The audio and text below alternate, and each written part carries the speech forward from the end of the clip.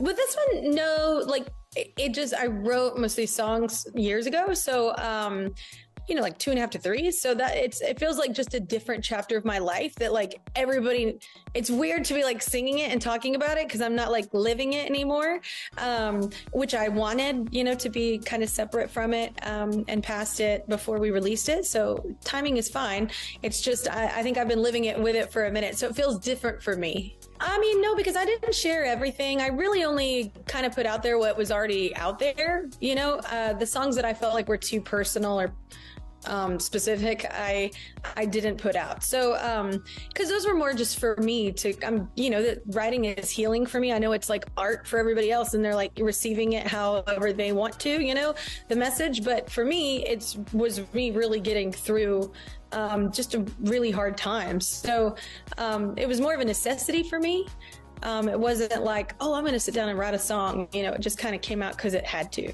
Actually, I think that's where Red Flag Collector was born. I think I literally we were just having a discussion and, things kind of come out of you. That's why I kind of suggested to people, especially if you're going through like a hard time and you just don't, you need to hear yourself speak out loud. You need to know how you're feeling like in that sense. And then also get someone that's really trained at like, maybe pointing stuff out that maybe you wouldn't receive from friends or family, but from a complete stranger that's outside your circle, you might receive it better. But I think Red Flag Collector was one of many songs probably came from those sessions, but I definitely, was making a joke. I like to use sarcasm when I'm hurting. So I was like, well, just basically sitting over here collecting red flags. And I was like, well, that's a good idea for a song. And then I wrote it. I would never set fire to a house. I was being facetious, obviously, but it's basically the metaphor of like, look, I was either going to write this out or I was going to take an unhealthy route. Like it was going to go sour. So, I feel like I chose the healthy alternative in writing. I think it's super important because I think the thing that you get is, by the way, if it's a red flag for you, doesn't necessarily mean that's a bad thing. It just might not be a thing that you're willing to work with or like work past or through, right? It's everybody to each his own. But I think the most important thing is basically for yourself, just going, what is healthy for me and what is a relationship I want to be in? Like, I think that's for all of us. Like, is this something I want to, does this make me a better version of myself? Is this, advance me, progress me, or is it smothering, is it holding me back, all those kind of things you don't really know, so you're just kind of talking that out. I'm writing it out and figuring it out. But red flags are really important because I think a lot of people, especially like me, optimists, we tend to hold on to potential and hope, just clinching to the very end, because we want it to work. You want it to not end, so you keep, because I'm also that person too where I feel like, okay, we can do this and we're definitely, we can do this, like there's no doubt, right?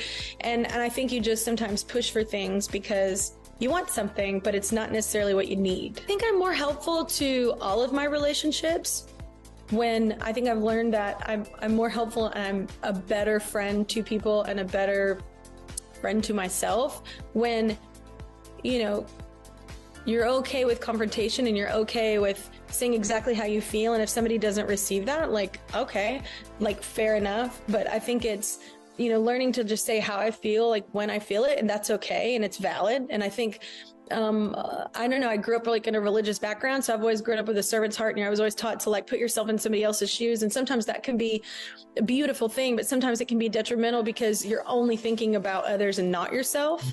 And you're taking yourself out of the equation, which is unhealthy. And I think you're a better friend and a better lover, a better mother, better all the things, when you are taking care of yourself as much as you're taking care of others. I literally take things day by day. It's a joke how I don't know my schedule past the day I'm in. I don't, except for like, I guess when they're setting it up initially and we're talking about it, but,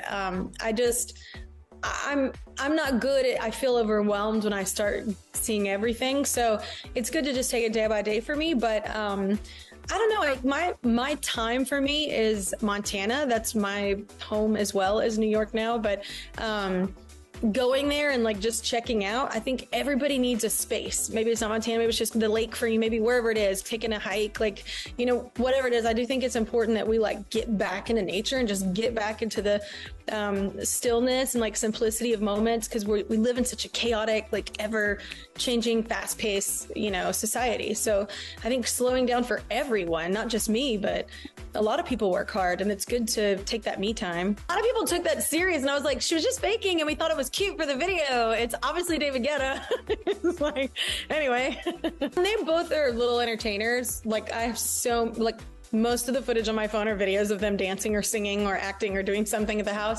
But they're too young. I mean, I think all kids like that, right? Like at this age, like they're 7 and 9, they love pretend, they love make believe and creating worlds. And all of us are like that. So you don't really know where they're going to go. But I think the coolest part is having the ability, like they have so much opportunity that a lot of kids didn't have, like I didn't have when I was a kid. Like just being able to give your kids the opportunity that you didn't have growing up and all these just different experiences. I think that's the most incredible thing. Just show them everything that you think might be helpful and see where they go. It's really exciting to watch. My son actually introduced me to this artist called Aurora, and we love her. So we listen to like Running the Wolves, Cure for Me. Like we listen to her playlist all the time. She's really rad.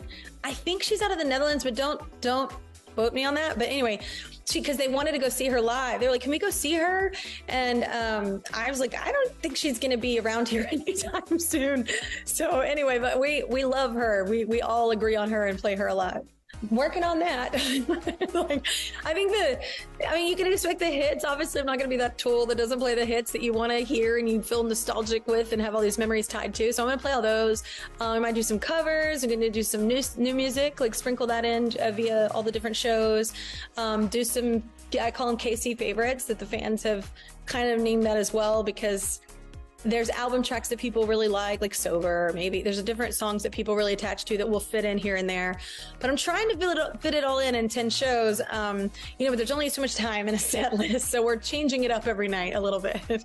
Well, not the hits. The ones you, like, obviously we're going to be playing Since You've Been Gone, Stronger, all those, like, every night. So I haven't even thought about it. Like, not that I'm like against it. I just like, I'm not like bitter or like, oh, I'm still broken from, I'm not that at all. I'm very happy. I'm in a great place. But, I lost a bit of me like in my previous relationship, and like, I love having her back. So, I'm just enjoying me, and I'm enjoying my children, and I'm enjoying, my work relationships, my work. Like I love what I'm doing right now. So I don't really, and I am a little hesitant because parent situations aren't always great for everyone, or even having another person involved. It's already confusing enough sometimes, like your parents living in different places, and divorce can be hard on kids. So I'm honestly not looking at all. And like I said, not that I'm against it or anything. If something were to happen, I'm not going to not say no just for no, if something happened to her, I was like, oh, I'm interested, I'd do it, but I'm just not looking. So I think it's harder, the kids, because I'm a mama bear. So I think that's the hardest thing is just, no, I'm good. Like I'll focus on them, and that can come later,